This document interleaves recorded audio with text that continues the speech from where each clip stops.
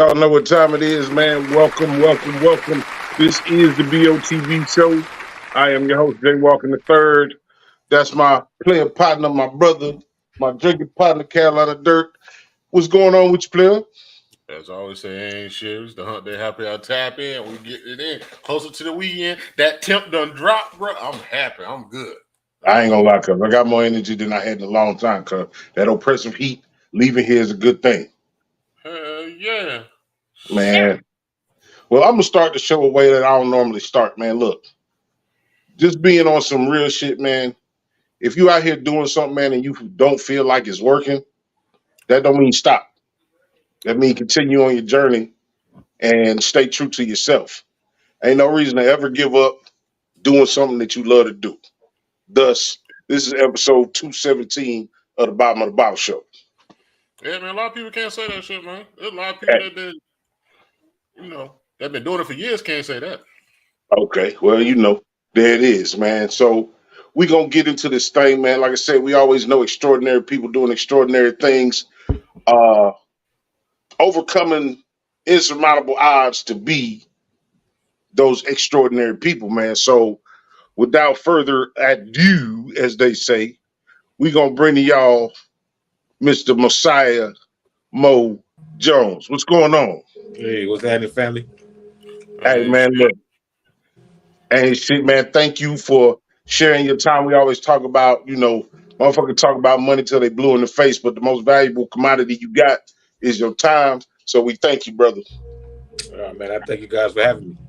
Absolutely, man. So we're going to get into your story and all the things that you bring value to in your life in the way of business and philanthropy and all the shit that you do. But we always start with a little random question. Yeah. And that random question is, today I was watching ESPN, and with all the stuff that Dion got going on, he said them boys ain't going to the NFL next year. Now, Shador, the quarterback, got one more season. Shiloh, he could be gone. He 3 years in. He only got 1 year left. How you feel about that situation? Oh, I ain't gonna lie, man. I haven't really been into the sports world too much, so I Yeah, don't know the details of it. Like, I don't know how long they've been playing and all of that. But I think Dion is a very intelligent brother, and he understands the game a little bit better than them guys. So I think whatever he advises them to do, it'll be in their best interest ultimately. indeed, indeed. What you got, Carolina? Shiloh actually got an extra year. COVID give you an extra year, so Shiloh actually play like 2 more years. I think Dion is one of the best promoters. So Shiloh looking at second round draft pick, and he stay extra year. I think Dion want him going top 10. Top 10 is guaranteed money. When it comes down to it, it must be the money. You know how Dion said. So that's how I look at it. Right. Absolutely. Absolutely. So, Mo, we're going to get into this thing that we call first call, man. I mean, it say last call, but it should say first call. First call, okay. It's 10 quick questions. I got five. My brother got five.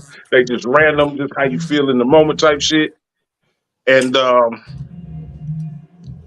this hip hop thing, we could do whatever your favorite is, or we could do one gotta go.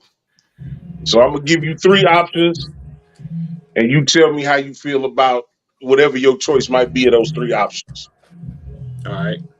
We always talk about like rapper turn actor type shit. Motherfuckers that diversify from being just an artist to being a business person and multi-talented.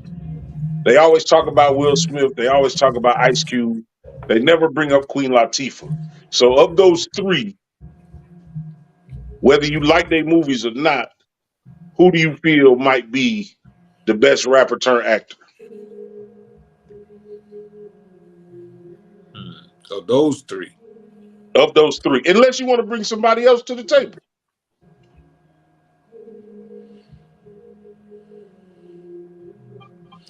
Yeah, I would have to say, Queen Latifah. I mean, I think she's really been in some iconic movies, and one will forget she was a rapper. Honestly. Hey, look, I ain't gonna lie, cause they dropped the little ladies first shit on Netflix, and I went back and listened to that shit. Queen was spitting, cuz.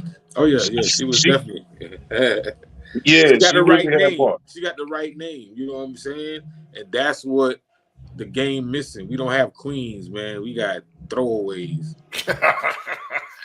Don't Guts. you say it. I know what Carolina about to say.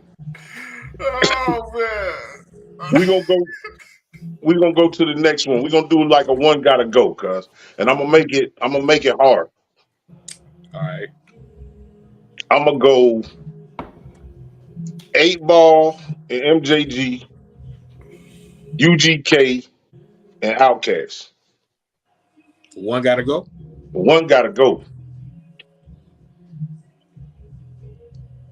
I mean, they all. This is really hard, but you know, if I had to choose, man, I have to get rid of UGK. I mean, my bad. Forgive me. 8 Ball MJG gotta go. Okay. Now don't get it twisted, cuz. I gotta keep diamonds against that wood and AT Aliens. Come on, I can't. You know what I'm saying? Like they got albums I can't live without. 8 Ball Absolutely. MJG, they legends. I rock with them. They pioneers. But I don't gotta listen to them. I don't gotta hear their music again. I'll be all right. Okay, I can dig that. And that is no slight to 8 Ball MJG, because they No part of the slight at culture. all. Like I said, at all, because I actually did a concert with those guys back in '98. I brought Okay. them to the city, so I done paid them money, so they understand it ain't no slight. They done got paid, so they good. There you go. There you go. Um, Big trucks or fast cars? Big trucks, like when I say big trucks, I'm talking about like Escalades, and, you know, Suburbans, um, even you know what, you do it like this, kill two birds, you get a track off. Okay. Talking that talk now. TRX, you know what I'm saying? For sure, for sure. Struggle meal, cuz you talked about being from a small town coming up early in your life. Struggle meal, no matter how much paper you get, cuz, what's that one meal you always gonna have time for? Or a taste for? Two things: the noodles, ramen noodles, still gotta have them, and beanie weenie, baby. I gotta have them from the country, man. Beans and weenies, baby. The rice, that's a meal right there. That's a Hey meal. man, look. I just got my little Instacart grocery list with the Van Camps and the Roger You Woods know what on. I'm saying? Oh, right. We don't put the Roger Woods on it. Oh, Okay, okay. My last question, man, is the on some Matrix shit. White room, white table. You got two empty chairs. Unrelated to you. People that are not related to you, not your old lady, not your babies, not your grandma, dead or alive, who would you want to have a conversation with?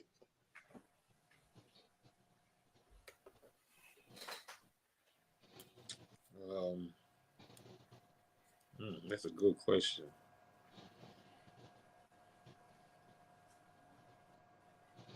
Let me think about this one. Not related.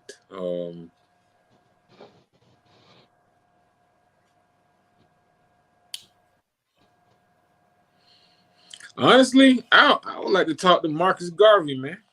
Mm, That's the first. That's the that's first. a first. That's a first.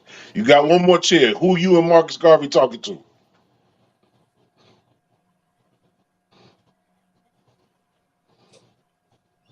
It could be a dope one.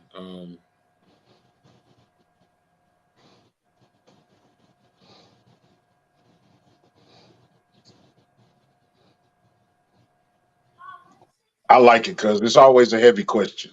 Yeah, it really is. Jeez.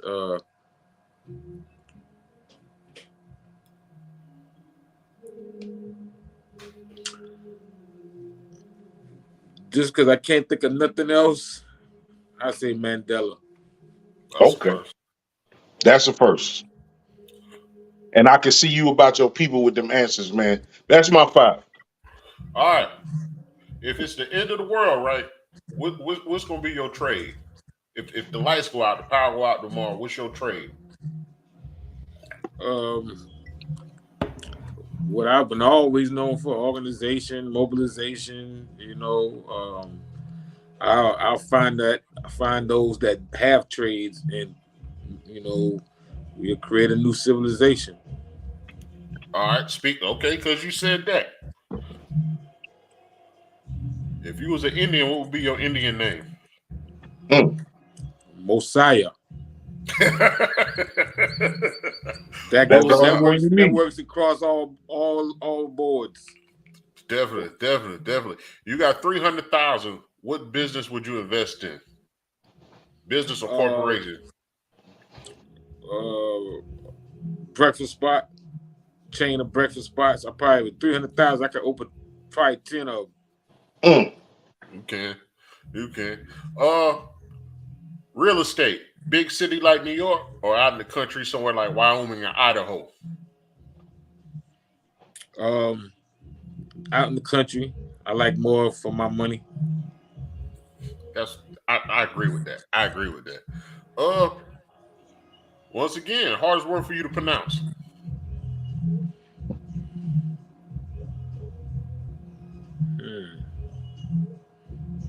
We tend to run away from words we can't pronounce.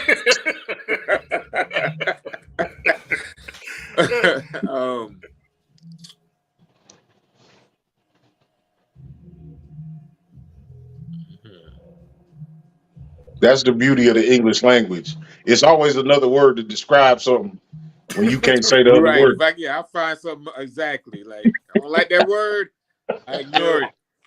Okay. You ain't got one? Hard for me to pronounce. Worcestershire. All right. You ain't by yourself. That's 85% of motherfuckers can't say that shit. Right. The only reason why I know how to say it because so many people fuck it up. So what is it? Worcestershire?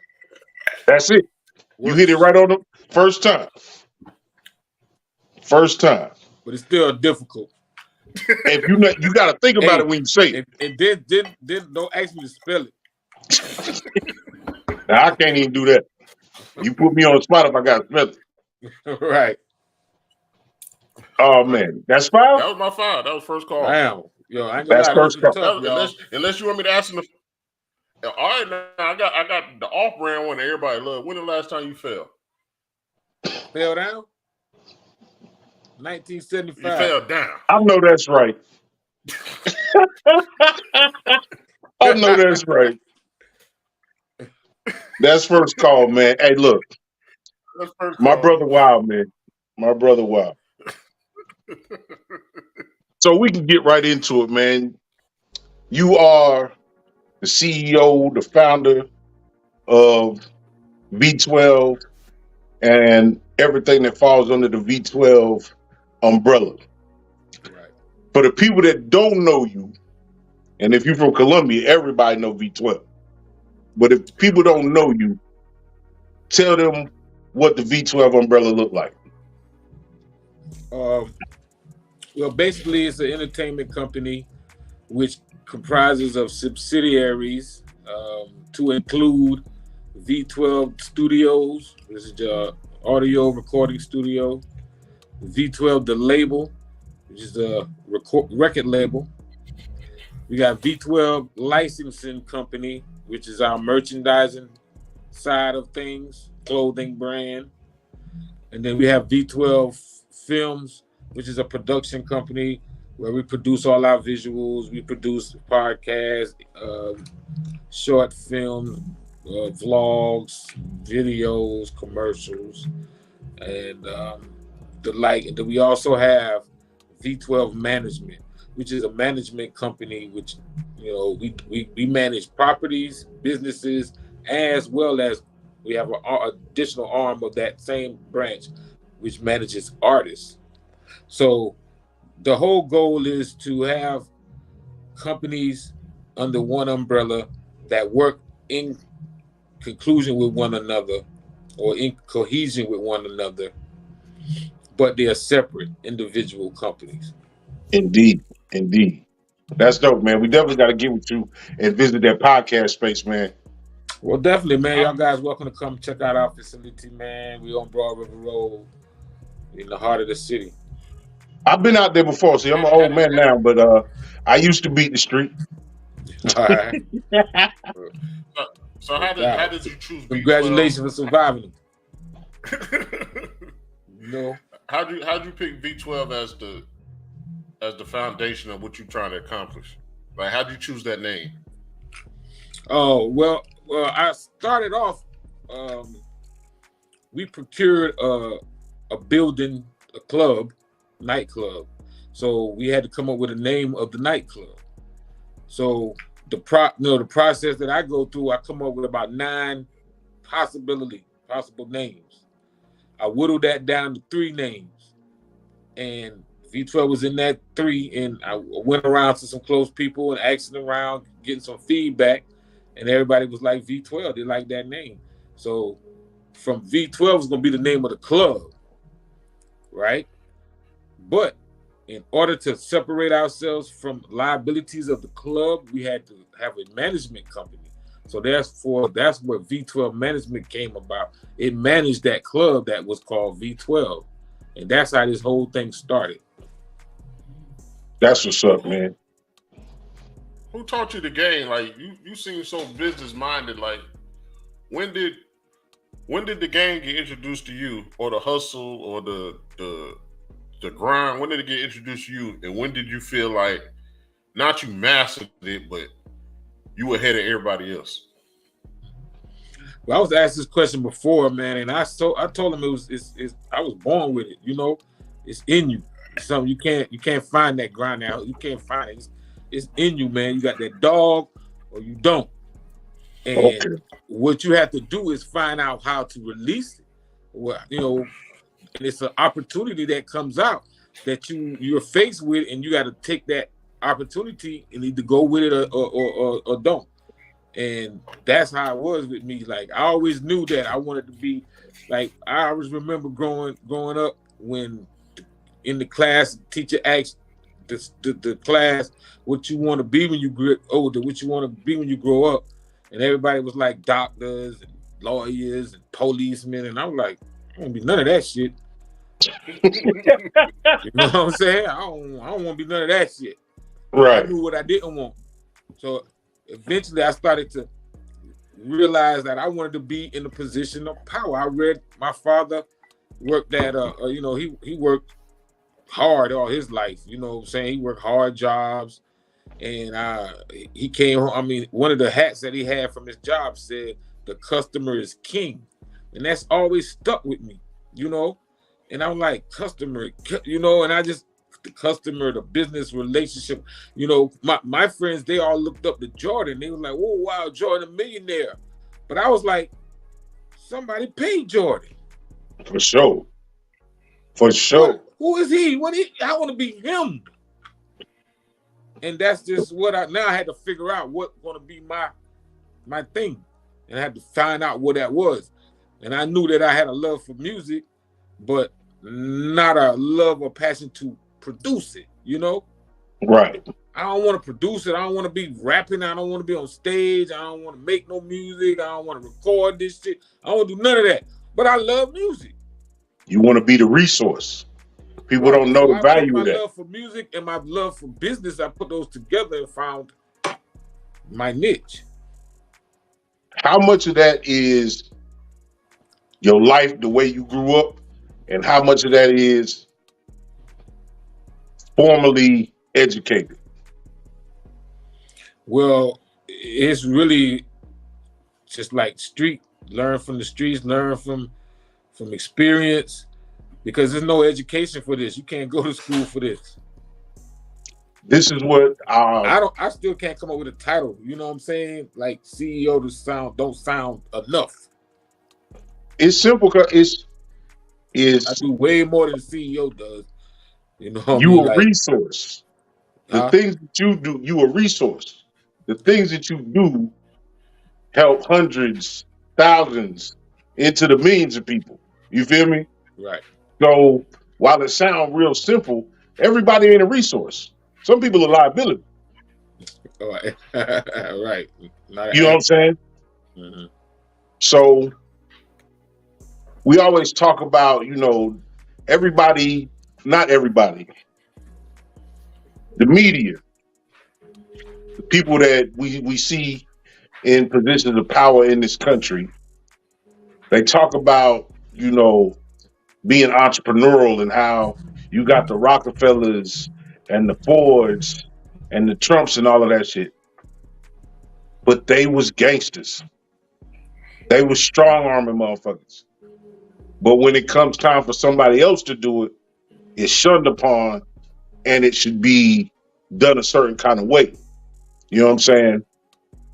So my next question is, how much of being a resource, being a boss, is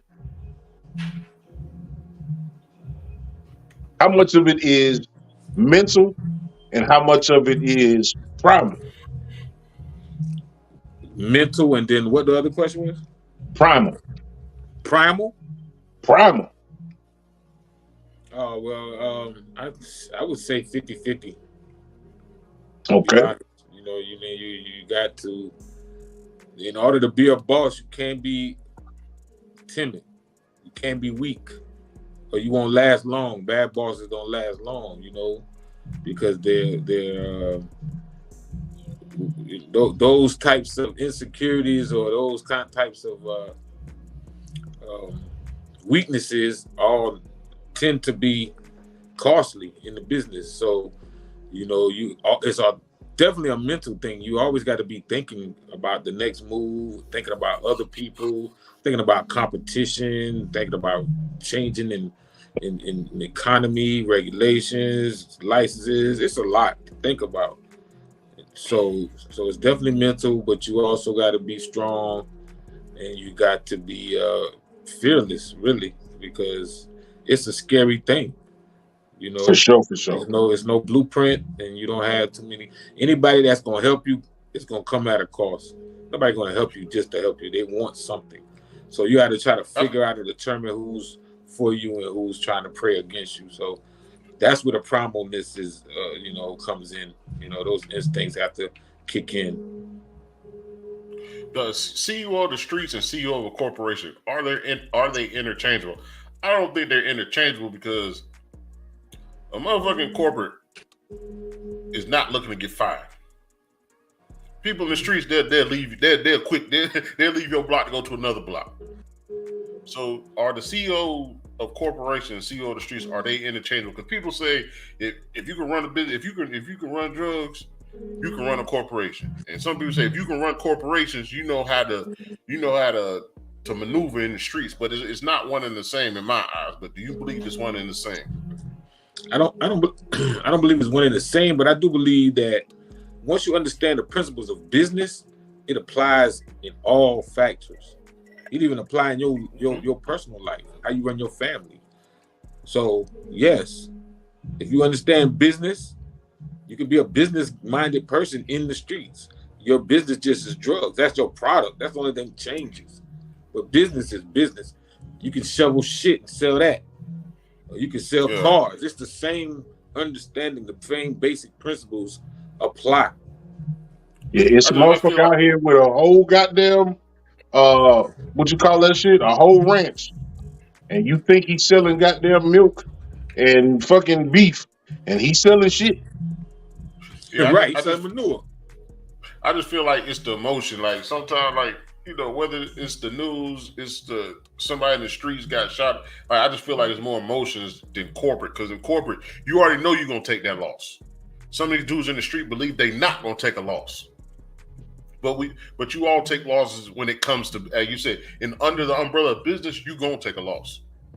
Exactly. It's like gambling. Like nobody wins every time they gamble. You know what I mean? It's just a part, but you got to understand that's a part of this. Going into business, you have to know that your biggest tool is money, because you can't be in business without money. For sure. Money. So you go into it with that, with the finances and with a game plan, and you still not guaranteed nothing. You still not just you're trying to foresee something that's not in existence. That's ultimately that what a person who create a business doing. You pulling out a concept out the air and hoping that it works. Right. Like going back to what my brother said about, they not being the same. Hey, one second. Take your time. Hey, Steph. Yeah. Sorry about that. Oh no, you work. doing business. You doing business. Hey, but what Carolina was saying in terms of, them not being the same, I kind of do feel like you said, like I get what you're saying in terms of emotion and the street game, but it's like what Mo said, is you got good bosses and you got bad bosses. Yeah. The good bosses, you will never know they was dirty. You know what I'm saying? If you go back to something like Snowfall, if you go back to the history of America from 1979 up, and we just talk about the crack era, we know the black part of the experience, and all the motherfuckers wasn't gangsters that went down, but there was also some unseen person that made an ass of money that put them people to work. You know what I'm saying? So I do think that it's relative. You got your Jay-Z's, you got your Jeezys, you got your Gucci's. Out of the desperation of not having nothing, it'll turn you into a businessman so that you can operate when you do get to the legit shit. You feel me? Yeah, but all of them said at one point, nah, them dudes in the suits, them some real gangsters. Like that's kind of the idea. Like when it comes down to it, as much as street as you are, when you get to that level that they talk about, they always say them dudes in suits is gangsters. Absolutely. So the pen mightier than the sword. Every time. Definitely mightier. And sometimes some of them dudes don't even have, like, as long as you surround yourself with the right people, because some of the people don't have more money than you, but they have the right influence and the right power because they know how to network, they know how to talk. And the way you explain your introduction, I can see you running the CEO of a company. I can see you having 500 employees because you know the foundation and the breakdown. So I can see you if, like I said, if the power go out and I say, what's your trade? I can see you building something because you have the foundation. You sound like you've been mentored a little bit and mentor other people, but you got some people in your same seat that don't have a mentor and won't mentor nobody. And I think that's also the problem when it comes to, especially black folk, but in anything. Because our other partner, Monster, he got his own stuff in Georgia. He the same thing. He said information should be free, but we hold that shit so tight. But then we talk about the people of other races. You got 8 Indians that own 15 gas stations. Right. We look at them laughing, but they doing something. Right. I was talking to a friend recently, and I was like, all my life, nobody ever came to me with an idea to make with a way to make money that wouldn't have cost me my freedom. Nobody ever. Yo, man, Mo, let me put you on this way to make some money. But I always, when I had some situation, I always try to bring other people in. I always share information. So, it's just one of those things that I think it's because people see you and they see you in a position and they're like, well, he don't need no help. Yeah. And I say this, who don't want more money? You said it. And it's really like people don't want you. They see what your potential is. They don't want to see you get too big to where they can't talk to you. That's how they feel. They feel like if you get too big, you're going to leave them behind, because that's probably what they would do if they got too big. So that brings a good point.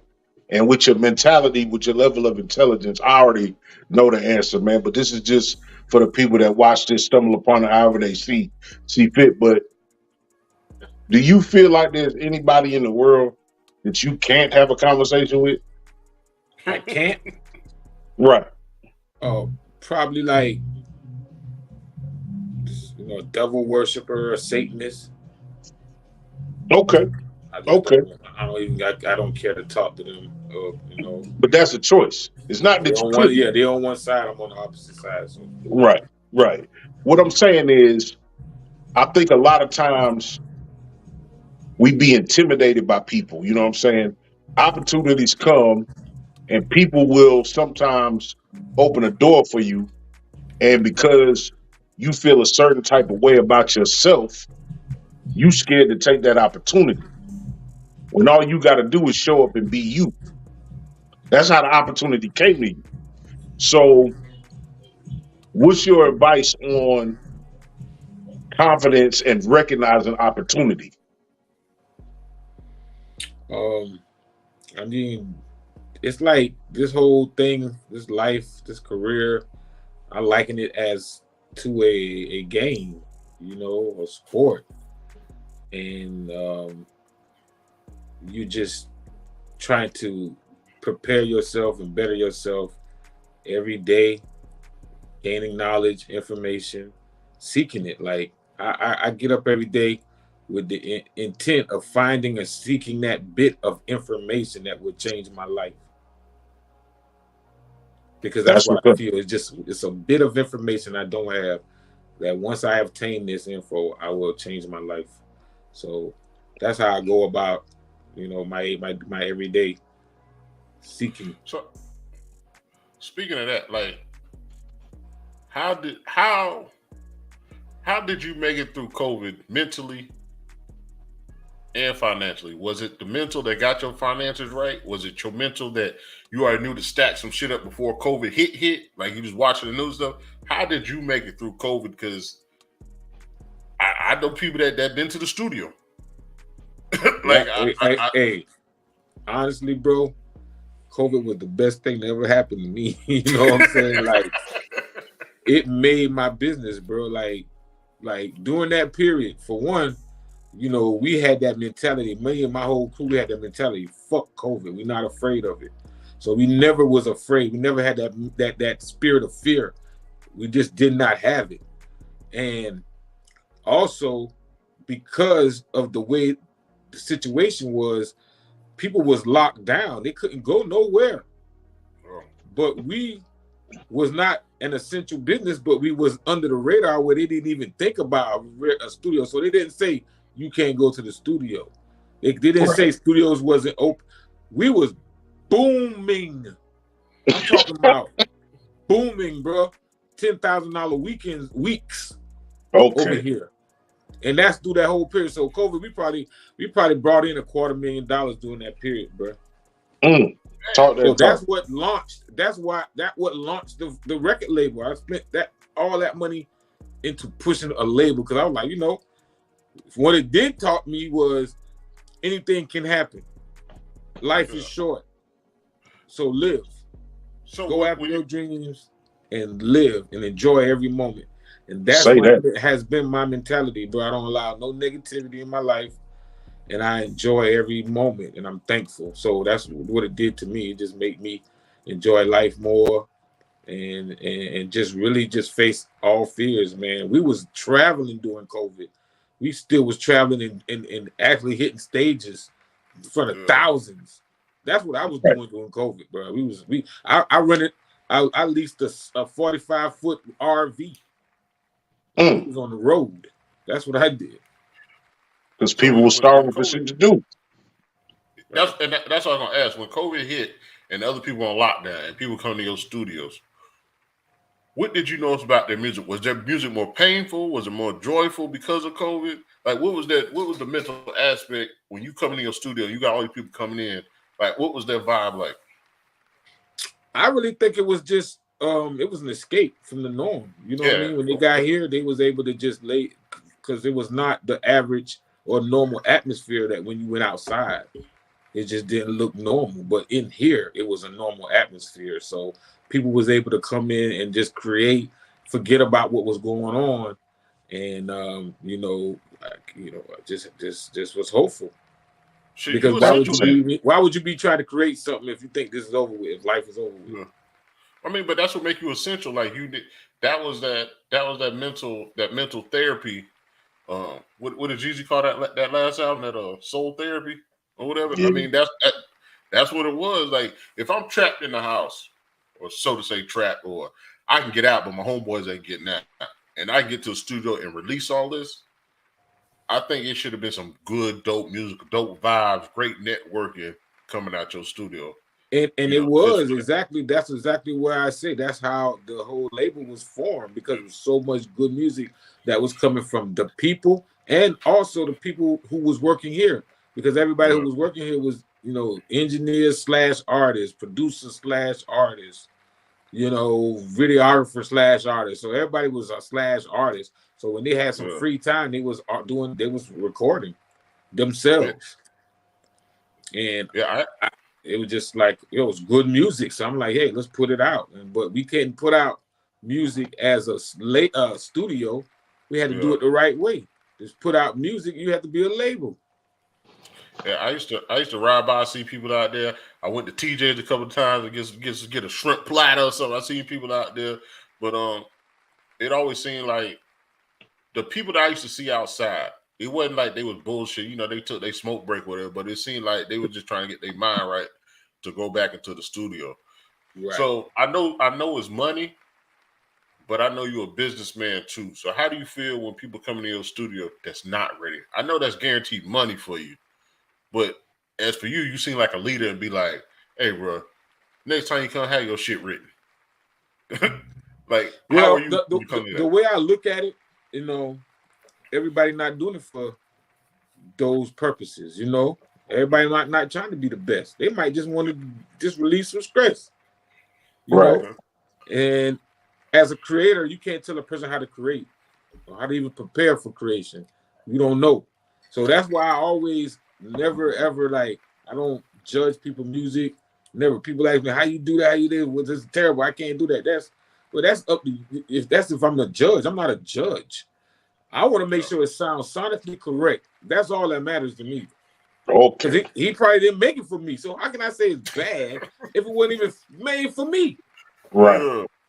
Right. Who am I? Because somebody gonna love it. I can guarantee you. Ain't not one song that's been made that one person or at least one person like it. Right. Yeah. For sure. Somebody like, I don't care how bad we may think it is, somebody love it. So Who let the dogs out with Diamond? Laffy Taffy, you know what I'm saying? That, Like, no way there you that go. song would have a chance in hell, but look what it did. So, and that's one thing about it. Like, this music thing has been, for me, I've been wrong so many times. So I question my music prowess. I'm like, no way this gonna make it and it blows. So I'm like, you just never know in this game. So Let me how ask do you? you this, man, just on some off shit. It's normally one of my first call questions. What's the best piece of advice you got in your life? And I'm sure you done accumulated some gems, but is there one piece of advice that stood out that you live by to this day? What standing out in my mind right now is just eliminate stinking thinking. Damn, Mm, stinking dinking. that's all right. That's all right. So the flip side of that is an A/B question. What's the worst piece of advice you ever got? Um, you smart. You need to just get a job and just get a good job. That's real. That's real. So how do you feel the V12 studio as a foundation and then the legacy that you're building? How do you feel that affects Columbia as a whole? So let's say we don't have a blow up artist come out of Columbia. How do you feel? And let's say a blow up artist does come out of Columbia. How do you feel? If we don't have a blow up artist come out of Columbia, I mean, I wouldn't like that, but as long as we got something to be proud of coming out of Columbia, something to be proud of coming out of South Carolina. I just want us to be proud of something in the arts in that field. You know, we just haven't really had any contributions from South Carolina in that music field really. Long lasting. I mean, I don't know the in and outs of Rue, but Lil Rue's on his way. You feel me? Nick Grant, shout out Nick Grant. He from Walterboro. I mean, he ain't out of Columbia. We've had people reach out, outside of the state and represent the state. But as far as motherfuckers that come through and claim this shit, that's what I feel like. I feel like, and people say it all the time, like you got to leave to blow up. And I feel like that's what it was in the 90s and maybe the early 2000s. The internet that leveled the playing field, cause you could be where you at. A lot. Actually, COVID leveled the playing field. And then there's that. When COVID hit, we all was on the same level. New York couldn't go nowhere. We actually was above them because they couldn't go nowhere. Yep. Right. For sure. Those big cities, LA, Miami, they was locked down. But we in South Carolina, we was moving around doing our thing. You know what I'm saying? So that really was a moment where we kind of like caught up with the rest of the world. We wasn't as far behind anymore. Right. It was the idea of somebody coming out of the state and really representing was acceptable now. Like, okay, it's time to hear from that area. But see where we at right now, our issue is they want us to have a sound coming out of Carolina, right? But you both guys from Carolina, you got the upstate, you got Charleston, you got the Midlands, you got the Low Country. None of those areas sound any way close to being the same. No. So what sound going to be the sound that encompasses all of these areas? Right. We can't have one sound because sound, we are the sound. The sound comes from us. The sound you hear in New York, that's a cousin from South Carolina went to New York. The sound you hear in LA, that was one of our South Carolina brothers went out to LA and pitched. That's real. That's why they all sound alike. Right. All those areas, they all sound alike. But we don't. I wonder if it's the sound. I wonder if it's the sound or if it's something. No, like it ain't even the sound because Atlanta sound alike, Alabama niggas sound alike, Louisiana niggas all sound alike. Well, like before, like South Carolina, we don't sound all alike. But we grew up, born and raised here. But nobody ever said, like bro, New Orleans, South Carolina. Yeah, they ain't but I'm here born and raised. How the fuck somebody sound from South Carolina? Right, because like the Manny Fresh drum roll. When you hear the Manny Fresh drum roll, you automatically put it to New Orleans. And now, does that build the sound? Because everybody's rapping on a drum roll type beat. It might not all sound the same, but because of that drum roll, you can say that part is just like the rhyme scheme is but like. But that's an individual. It just so happened to work like that. Just like Beats by the Pound. Beats by the Pound didn't sound like Manny. You know what I'm saying? Dre was Dre. Dre happened to coin what we thought the West Coast would sound like. Yeah. But Oakland, them the country cousins. Oakland, that hyphy movement and the crunk movement. And the pimping. You got Too Short pimping movement. And you know what I'm saying? All that shit is cohesion. Everything in terms of our culture. They came to the East Coast. It wasn't no slave ships in California. So it's to the point that Mo made. South Carolina sound is everywhere and it's everything. Them boys from Charleston, they don't sound like the boys from the Midlands. And the boys from the Midlands don't sound like them boys from Spartanburg. Right. Have you ever, I'm sorry, like I seen they did in Alabama, they did in Texas, that everybody had the we versus everybody. Is there enough people that if you were to put it together to grab somebody from Columbia, Charleston, Greenville, what's down by the water, closer to the water than Charleston, Buford, Walter, like to do a South Carolina representative track or mixtape? Oh yeah, I think I know there's enough. There's dope artists from all of those areas. I can name one dope artist from all of those areas at least. And honestly, in the Met could have way more than one. So yeah, we definitely got it. We got some people now got music out that's a hit. The dude Cusco, that's a hit song. Cusco going crazy. Yeah, that's Cusco a hit going real song. crazy. The dude Paperboy Lonnie, he got a tight song that got the potential to go. PG Raw got some songs that pushed correctly, they could go. But how do we push it how do we push it here? Because like my brother say, a Texas artist can go platinum inside Texas. So why can't a South Carolina artist do 1,000 inside South Carolina? I don't think. See, one thing about these artists, they are not just because they're good artists, they can make a good song. That don't mean they really they understand the business. Yep. Okay. That's what we get. So okay. you know, we everybody going off of what they know, their perceived knowledge. None of us have made it to the next level. Mm-hmm. It's going to take somebody who's been in that game to guide us to the proper steps. So that's just bottom line. We don't have a guide to a game. How we going to go get there? We don't know how to get there. So it's like I said, it's a bit of information that we're missing. And nobody around us, we can't give the information. We don't know this info.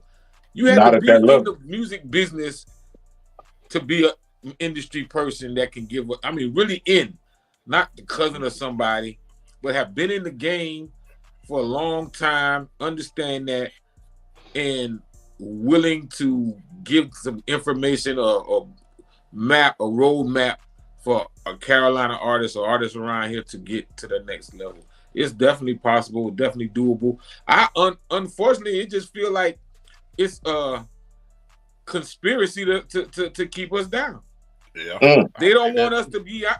They don't want us to get out because, like I said, I'm telling you guys what's the secret. We are the source for all their inspiration. They've been stealing music from us for years. They've been using our market to run and make money off of because we don't have no stars. So we go and we support everybody else's stars. And give out. If we got our own stars, then we gonna say fuck their stars. Right. And they're gonna miss this money from South Carolina that they've been getting for years because it's a gold mine, like everybody always said. It's a gold mine. Yo Gotti said on the Breakfast Club 2 months ago, I made a little post about it. Yo Gotti said it. He said there's an artist right now in South Carolina. He can't say the name because Charmaine asked him the name. He said, I can't say it because if I do it, they're going to get him. So we got it here. I want my brother to tell Mossiah the shit that Mugger Man said about the crabs. In terms of the crabs. So Mugger Man, promoter out of you got to run in the circle with him. Promoter out of Charleston area. Yeah. We always talk about the crabs in the barrel, and he's the first one to put a spin on it that made me rethink that thing, right? So we talk about, we can't make it because motherfuckers is crabs. And his spin was like, all the crabs want to do is get free. We assume that they pulling them back in the barrel, but we don't see that they link up to get out of the barrel type shit. And that was just a profound spin on a cliche that motherfuckers hold themselves back from. But like, I ain't gonna cut you off, but my spin on that is, why they ain't in a barrel in the first place? And then there's that. Anything in a fucking barrel will act the fucking fool. You don't supposed to be in a barrel. Get out of the barrel. So do you feel like South Carolina's in a barrel when it comes to music and art and film and all that? Do you feel like we're in a barrel?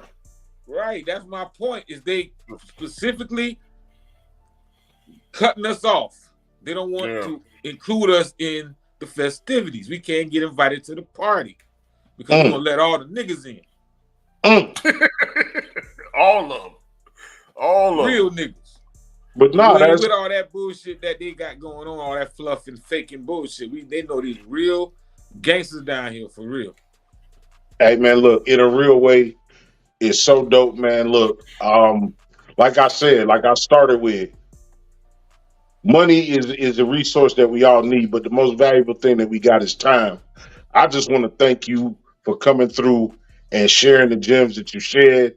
You even like, even with the Mugger Man shit, but this whole interview, you've given me different perspective on what's going on. And what I will say is, if you out here and you're an artist in South Carolina and you haven't been to V12, go sit with this man. This man got a plan.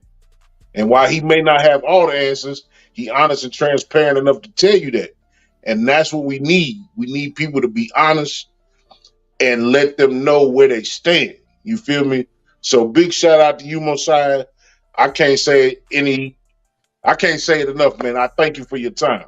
And I wouldn't even say music from what he's shown, and we didn't even deep dive into the music because the conversation got so dope. Information is free, so to say. I believe this man will give you info. So, man, if you even had a business class, you know, you say you got the shirts, you got the studio, you got the multimedia, like all that stuff is what our youth need. And it could be some of the adults, it could be the youth parents to understand their kids.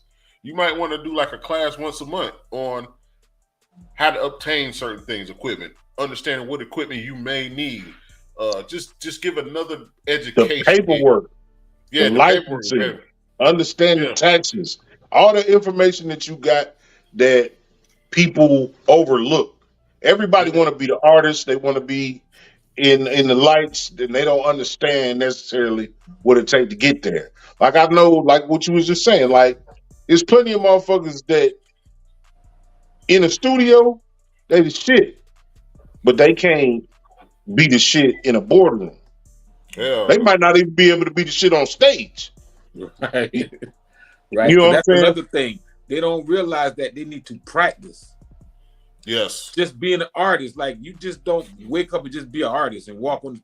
You need to practice what you're going to do, how you're going to move. That's what the greats do. You want to be great, you have to do what greats do. Absolutely. Not drinking, smoking, and getting up late and just rolling and doing whatever. Like, nah, you know, it just take it like very serious. This is the music business. And But a lot of people lack the business sense, information, skills, knowledge. That's what our problem is. I think that's what has been holding us back the most is ignorance of the game or ignorance of this industry that we're trying to get into. So as for you, and I should have asked other people that, do you see the charge when we need to lead the charge? You got a studio, you got a dope studio, you got a foundation in Columbia, you got something where if you're not from Columbia and they be like, hey, you need to go to the studio. What studio? V12. And people know. Like, we need leaders in certain aspects, but we can't have one leader for everything. You see what I'm saying? Okay. Because everybody's its own man. You your own man. We can't tell you how to run your studio to help the city. We can just say, hey, Mossiah, we need you to link with, if you allow us to link him, and him into your studio and whatever happened. That, I think that's the only way we're going to unite everybody, because everybody don't feel united. They feel like the crab. They want to get out. Obviously, we don't know where they're trying to go, but they want to get out. Right. But And the ones that are getting out aren't pulling nobody in. They're not linking. And I think that was was the key. Really, is collaboration. Yes. That's what I was about to say. I think, especially these younger people, even some old motherfuckers, they think because you fuck with somebody, you got to be friends with somebody. You know what I'm saying? People don't understand diplomacy. You know what I'm saying? You cannot. I don't give a fuck, motherfuckers. They drill it. I got it out the mud. I did it on my own. Somebody gave you the key. Somebody gave you a ride. Somebody gave you a book. You did not do it by yourself. Right. Right. You know what I'm saying? So we want to try to put aside petty beef. And like I said, just because we say that you should work with somebody don't mean you got to be the best of friends and go fishing and shit. But you can come together and do this work. so that you can alleviate the community. I think if like 4 or 5 top artists get together and do a tour around the state, Yeah. that will be some unprecedented, and it will force each other's fan base to rock together. You merge all these fan bases, and you got to ignite some type of buzz, you know, and show that we got artists and we got fans that are paid for shows, paid for these artists. And when the industry see that we can make some money off our artists, because that's what they have yet to see. Right, for sure. We be able to monetize our talent. It just haven't, you know, registered to that yet. So that's what we have to do. Force their hand. Like I tell people with music, nobody cares about your music. You have to force it to honor. And that's real. And in a real way, man, look. Again, I appreciate your time. We're going to go into this last call. Last call, we just going to give you a solo, man. You could do your social media. You can reach out to the people that you want to reach out to. Curse a motherfucker out, be motivational, however you see fit. But it's on you, brother. Nah. Hell yeah. Hey, say that shit. Nah, man. It's all, everything V12, baby. It's V12worldwide.com. That's our headquarters. That's where all our information about our studio, you can buy merchandise, you can buy music there. That's our hub. And social media wise, everything V12 Studios. My name is Mossiah Jones. I'm Mossiah Jones on Facebook. And I definitely appreciate you guys, man. It was a very intellectual, in-depth conversation. Y'all asked me some questions that I really had a problem even answering. So I thank you for that, making me think a little bit. And just dope, man. We need more of this. I just hope you guys, you know, I wish you continued success. 217 episodes. That is major. That's professional shit. Salute. For real. We appreciate you, man, in a real way, man. And guess what? It didn't even kill that brother to show us some love. He ain't get no paper cut or nothing. Yeah, no, show some. That's what y'all need to do in this world, man. You do not. It don't hurt you to support somebody. Oh no, it don't. Nah, for real, man. That's what it's about. You know, each one teach one. We got to lift one another up. I respect what you guys doing. I know what it takes to even do something like this, and you know, hey, I can't learn about the game without going through it. You know, experiencing it. And this was a platform or format that I've never experienced. So it's like iron sharpens iron, man. We got to realize that. We got to be in shape for this. Absolutely. You know what I'm saying? So we got to go out there and practice and run these laps, man, and make ourselves better, man. Get, you know, our dexterity together. So I salute you guys for what you're doing, man. And I'm gonna invite you guys to come on my podcast and talk. And you know, definitely. We can verse roles a little bit, man, and you know, because I know y'all got a lot to say. I mean, y'all got a different perspective on the game. I don't think y'all are artists. I'm not sure, but you know, we need pundits just as much as we need artists. We need people to talk about, because a lot of the artists can't articulate, you know, the game as a whole. They only I can say some of them words. Hey, Mossiah, I can say some of them words. Statistically, I can say some of them big words now. What's such a song? No, I mean, and that's what it is. And I was gonna come back to that. You was like the toughest word to pronounce, bro. You done said all the SAT words. Hey, I don't know if I told you guys, but I did. I graduated from USC, so you know. Oh shit! Damn, which one? The University of South Carolina. Hey, which one? You went to Columbia? You went to Aiken? That's what he said. Hold up. He didn't say University of South Carolina, Aiken. He said he graduated from USC.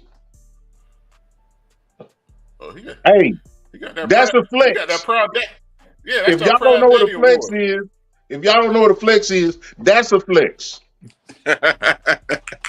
Right. What year you was there? When you was there? I graduated in 2001. Man, I went there back in '99 for a USC party at the Russell House. I almost got my ass beat, but that's another story. You got beat. I almost got my ass beat. Oh, what you were trying to jump in the Q-Dogs line or something? man, they did back then they're throwing the bows clear in the middle. And they did that shit. Me and my cousin, we was walking through that and we just stopped to watch. Mind you, we was at South Carolina State at the time, so we just came to invade the party. And they cleared the circle, and the dude was like, man, big boy, you had to, and he pushed me. I wasn't thinking of the shit. I yoked his ass back across the floor, and then all these football players and people just started stepping out. And the person that saved me was CJ Fry. His dad, the head track coach at USC that just retired. Yeah, I know. Yeah, he played football. His son came out and said, man, I can't fuck with my man. And they all backed off. I was like, whoo. I told my homeboys, we gotta go. Hey, man, look. Hey, you gotta know when you're crossing the line. Yeah, it's about 9 of us, but we was all spread out through the Russell house, man. Out of everywhere. We got to go over there. Yeah, hey, man, that's really how I got into this business. I'm a Sigma. Okay. You a Smitty? Huh? Ain't Smitty a Sigma? Yeah, Smitty. Well, see, Smitty went to college at Charleston, I think, or something like that. Yeah, I went to university. I went to South Carolina, Columbia. So, in that, when I was a Sigma, I had to, as a fundraiser, we did parties, and I was like the head chair over the parties, and that's what got me into. We did parties on a big level, and I did so much of that. That what I learned to do it on my own. One of the club owners was like, "Yo, Mo, he saw something in me," and it was like, "Yo, bro, you need to do your own party." And I'm like, "What you mean?" But I took him up on it, and it worked, and that launched this career that I have, man. I've been doing the music, entertainment, clubs, promotion, marketing now, man. My LLC right here on this wall right here. Another October 14th, 2003. Another flex. Oh, he ahead of the time. So that's 20 years I've been doing this. What was the club? What was the club you were supposed to be doing? I did V12 and Y2K. Y2K. Okay. I remember Y2K. Hey, man, look. That's dope, man. Carolina, on the way out, what you gonna tell the people? Hey, man, once again, God, dog. Network You Super can't Power. talk now. That's my line right there. Yeah, Network Super Power, man. I appreciate Mossiah. We met Mossiah 2 weeks ago, but I've seen him. Major. Yeah, at the Indy Major with Glass by Chops. I seen him just passing by or on posts. I've always seen him never really stepped to him just to ask, to ask him to be on the show. But he came to us that day on some regular shit, on some just, in the moment shit. And I got nothing but respect for him in that aspect of just being a regular dude, looking at you eye to eye and showing interest in what you do. Like that's a powerful thing when somebody's being an entrepreneur or anything in life. So for somebody to look eye to eye and that person actually see and understand that what you trying to do. And that's what he did. He looked at us. He like, yeah, I'll be on the show. You like, what else y'all got? And we broke it down. He seen nothing but interest. And when I hit him up the other day, like, you still good? He like, yeah, I'm still good. So that's nothing but respect, man. And that's what me and my brother talk about. We talk about respect. You got loyalty. Drink Champs be like, is loyalty, respect. Give me respect. Loyalty dope. Give me respect. And the fact that he respected us to come on this show and not shit us like other people have shit us in the past. We ain't gonna say no name. Just in the past. I appreciate him. I appreciate his staple in Columbia. I appreciate his staple in Columbia, South Carolina. I appreciate his staple on Broad Mother Road. So anybody know about Columbia, Broad Mother Road is that road. It don't matter where you at in Columbia, South Carolina, you know about Broad Road. If you ain't from South Carolina, you know about Broad Road. Broad Road is the road. Some people call it the road. But it's the main thing. Yeah, I appreciate him coming on. We definitely want to have him back for another in-depth conversation. Maybe let's do it again, brother. Yeah, Monster. He has Low Breed in Georgia. They got a powerful movement down in Georgia. Both of y'all are like-minded when it comes to business. When it comes to, I'm doing my own website. I'm doing my clothing line. Like everything that you preach, that's what he preached. And he's the one that told me about the information being free. So I think it would be a dope conversation for both of y'all just to talk because he understands the CEO of the streets and the CEO in corporate, just like how you understood it. So it'd be a good conversation. It'd be a good networking for you to touch down in Georgia and network with people he know and vice versa. That'd be a What part of dope Georgia? conversation. He in Decatur. Okay, Atlanta. Yeah, he in Yeah, yeah. Atlanta. Yeah, you know, some people separate them, as they say. Some people separate Atlanta and Decatur, but yeah, I believe he in Decatur. But he from originally, I think he from Mississippi, somewhere around there. But that's where we reside at. But I share a lot of his stuff. But him and you are very like minded when it comes to music, when it comes to being a mogul, when it comes to you. Hey, let me ask you this real quick. Did y'all hear the artist V12 Steph? V12, I've heard of V12 Steph for a while. He is an entertainer. He puts on a show. He raps. He sings. Like he does a whole show, which a lot of artists right now don't do. Right. We'll bring him up. Hey, look, link us up, man. We'll bring him on the show. Okay, definitely. That's what I was leading to. You know what I'm saying? Okay. No, hey, anybody, your engineers. Like I said, man, look, what we do is we do no formats. We talk to horse trainers, dog trainers, tax specialists, credit repairers, weapons experts, self-defense. We talk to everybody, man, because everybody got a story. Everybody you know what I'm saying? Probably got a story. One of the shows that I'm most proud about, we had some technical difficulties with. We had the first Native American female basketball player in the WNBA on the show. You feel me? So we fuck with everybody. You know what I'm saying? The onus is on South Carolina, but just being yourself is extraordinary enough. And my brother gonna find you if you got a story to tell, man. That's just how it is. No doubt. Yeah, South Carolina got something to say. Hey, all day long, man. Look, we gonna go ahead and get this thing wrapped up again. Mossiah, I don't miss the significance of that name, and you wear it well, brother. You wear it super well. I thank you for your time.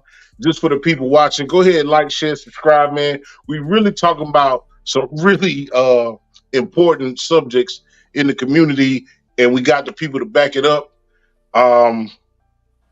Love the people who love you back, man. And until the next time, man, y'all be easy, man. I wanted to ask him something. But we good. Go ahead. I wanted to ask you real quick, and it's something I usually ask everybody. Give me 3 names of people in Colombia that are making moves, whether it be publicly or privately, that are just people that other people should know. One of them is my barber, and he's a good friend. His name is Brother Brian X. He's a Muslim brother. He's actually the head of FOI for the chapter, the Muslim chapter here in Colombia. Okay. He's a screenwriter as well and a community activist. So he's just a good brother to know, man. Brian Harmon, Brother X, what he go by. Then there's my man, a good friend of mine. His name is Earl Cooper. He's a businessman around the city. Yeah. He owns car lots and Slice of Columbia, Two Notch Bar and Grill, to name a few of his businesses. And he also, promoter. He bringing Jeezy here over the week in December. Jeezy and Monica, I think, or Jeezy and somebody, Keisha Cole, one of the two.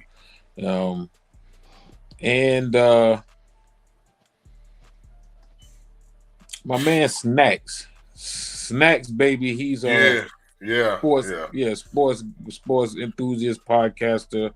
He owns the Pro Styles Barbershop. Real good brother, doing a lot in the community, man. Me and him be battling about who can do the most for the community, so I love that. He be busy. So we trying to wrap it up, man. But I'm always about the community, man. What you got coming up for the city? For a community or just event or what? For the community, man. We always talk about the glamour and the glitz and the business and shit, but I only want the success if I can help people. So what you got going on for the community? Right. With me out, all year round, like every 2 or 3 months, we doing some type of community cleanup event, or we just did a book drive for back to school. Had Congressman Paul Harris was. Excuse me, Paul Davis was there. One of the congressmen. Then coming up, we'll do like a canned food drive for the holidays, do things like that. Just always mentorship. We have programs where we mentor the students. Anybody who want to, like you were saying, learn. We do that. Like students, we have courses that we teach, engineering and production and graphic courses here that we do. Anybody under 16 years old, we do that for free. So that's something that we do ongoing. And we just opened we here to partner up with people who doing everything. We sponsor a lot of events that go on around town. I just try to I want to remain as positive as much business as we do. I want to be a positive influence in this community, because the community has given me an opportunity to grow my business here. So I have no other choice but to give back. But that's why in my little area, I treat it like Beverly Hills over here. It look like Beverly Hills.